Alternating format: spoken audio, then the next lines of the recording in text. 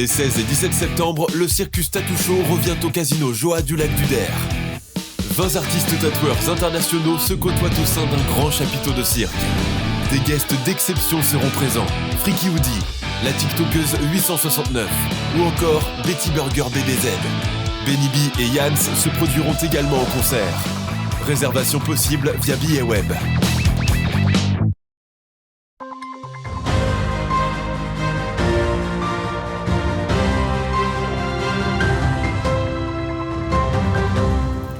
Samedi 16 septembre, soyez les bienvenus dans le 15 Info. Voici les titres de l'actualité.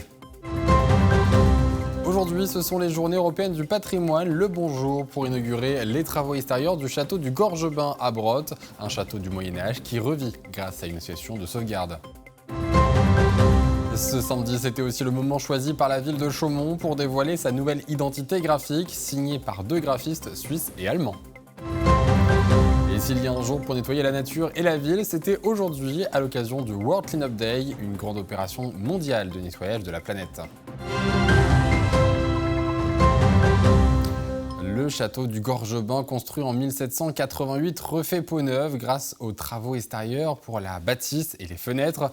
Depuis plus de 3 ans, l'Association internationale pour la sauvegarde du château du Gorgebin peut compter sur l'aide de ses partenaires du projet de la mission Stéphane Bern, la Française des Jeux et la Fondation du patrimoine notamment.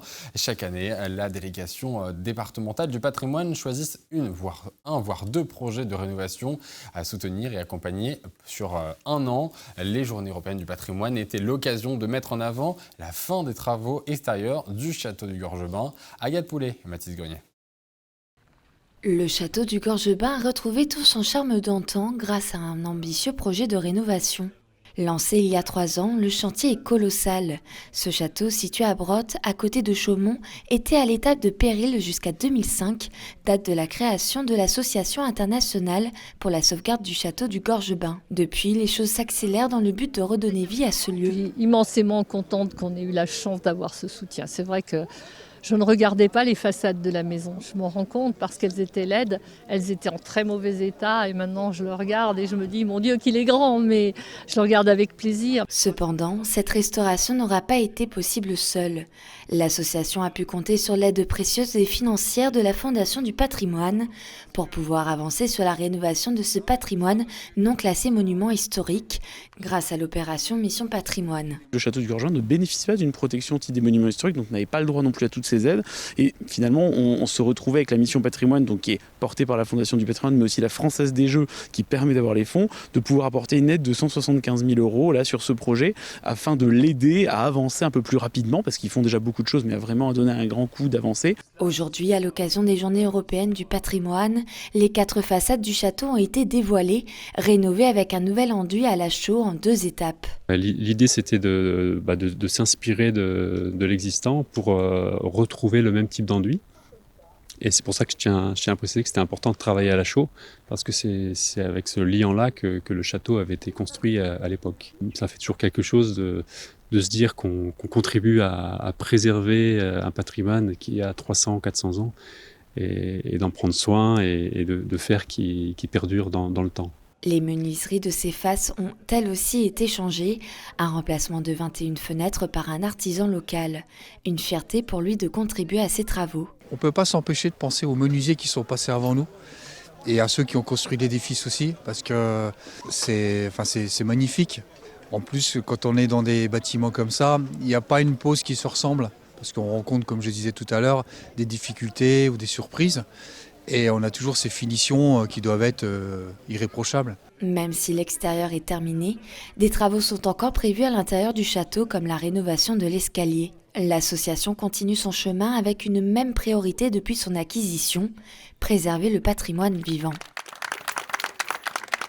Et de nombreuses bâtisses sont toujours ouvertes au public ce dimanche à l'occasion de la 2e journée européenne du patrimoine. La ville de Chaumont a dévoilé ce matin sa nouvelle charte graphique. Elle a voulu marquer sa spécificité qui est celle d'accueillir le Centre national du graphisme. Une charte conçue pour que les Chaumontais l'adoptent et se l'approprient. Agathe Poulet. Sous les applaudissements, les Chaumontais ont pu découvrir ce samedi matin ce qui sera la nouvelle identité visuelle de leur ville. Dévoilé sur l'une des parois des halles, ce nouveau langage visuel a pour objectif de mettre en avant le dynamisme et le patrimoine de la ville de Chaumont, notamment à travers son caractère de ville du graphisme. La ville voulait aussi que l'ensemble des habitants, l'ensemble des Chaumontais et des Brettais s'approprient ce graphisme dans la rue, d'une part, mais également que les habitants puissent aussi eux-mêmes jouer, travailler avec une typo qui sera sur Internet en libre appropriation et que chacun d'entre nous pourra utiliser.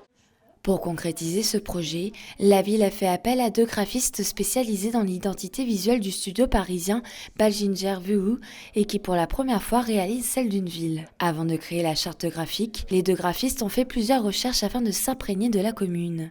On regarde quelle est l'histoire, quel est le contexte, quelles sont les particularités de cette ville. On rencontre aussi les Chaumontais, les commerçants et puis après on regarde ce qui est intéressant à retenir pour développer un langage visuel.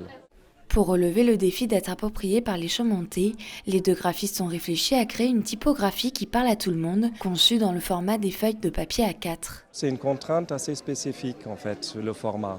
Ça donne des lettres assez étonnantes et voilà. Et la typographie fonctionne comme du Lego, c'est modulaire. Vous pouvez combiner les lettres, mais vous pouvez les combiner aussi avec des pictogrammes pour créer des mots ou raconter des histoires avec un langage pictographique. Dès aujourd'hui, les Chaumontais pourront utiliser la nouvelle police de caractère d'Ina Chaumont, ainsi que plus de 250 pictogrammes représentatifs de la ville. Et est-ce que vous connaissez le World Cleanup Day? Il s'agit d'une opération mondiale de nettoyage de la planète. Partout en France, des bénévoles se sont mobilisés ce samedi 16, notamment en Marne, à Sainte-Marie-du-Lac, à l'occasion donc de cette journée où l'association Dérange a organisé une session de nettoyage dans le village. Après une matinée de ramassage, les bénévoles ont récupéré environ 300 litres de détritus. Écoutez au micro de Clémentine Coppola. On était environ 25 personnes. Après, on n'a pas fait des gros déchets, mais une bonne quantité de mégots et de petits plastiques. Qu'est-ce que vous pensez un petit peu de cette initiative mondiale que vous appliquez au niveau local? Ça permet de sensibiliser de plus en plus parce qu'on voit vraiment une croissance dans le nombre d'événements chaque année. Et puis certains s'y mettent après tout au long de l'année. C'est là où on fait un petit peu le plus d'adhésion. Et voilà, c'est la fin de cette édition. Merci de l'avoir suivi. Tout de suite, vos prévisions météo de demain. Excellent fin de week-end à tous.